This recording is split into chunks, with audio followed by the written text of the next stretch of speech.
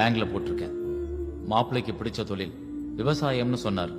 அவர் பேர்ல பொள்ளாச்சிக்கு பக்கமா ஒரு 25 ஏக்கர் நிலம் 5 வருஷம் லீஸுக்கு ரெஜிஸ்டர் பண்ணியிருக்கேன். இது அதுக்கான அக்ரிமெண்ட். அவர் உழைப்புல 5 வருஷம் கஷ்டப்பட்டா அதை அவரே சொந்தமாக்கிக்கலாம். பிடிச்ச தொழிலும் அன்பான குடும்பமும் அமைஞ்சிட்டா யாருடைய வாழ்க்கையிலையும் பிரச்சனைகள் வராது. பொருளாதார ரீதியா வர்ற பிரச்சனைகளால தான் நிறைய குடும்பங்கள்ல டைவர்ஸ் வரைக்கும் போகுது. நம்ம கிட்ட இருக்கிற பணத்தை திருமண சடங்கு சம்பிரதாயம்